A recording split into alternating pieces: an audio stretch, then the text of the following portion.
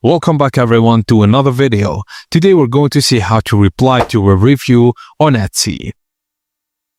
Replying to a review from your desktops is simple and only takes a few clicks. Just follow these steps. First thing first, go to Etsy.com and log in to your account or seller account.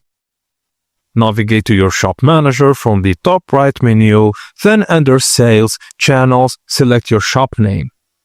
Scroll down to your shop reviews section or click reviews directly. Now find the specific review you want to reply to, then click post a public response. Write your response, then click post to make it live. Just a tip, keep your response polite, professional and short. Even if the review isn't glowing, it reflects well on your brand. To do it on the app, open it, then tap the More tab, then select Reviews. Find the review you'd like to reply to, then tap Public Reply and write and submit your response.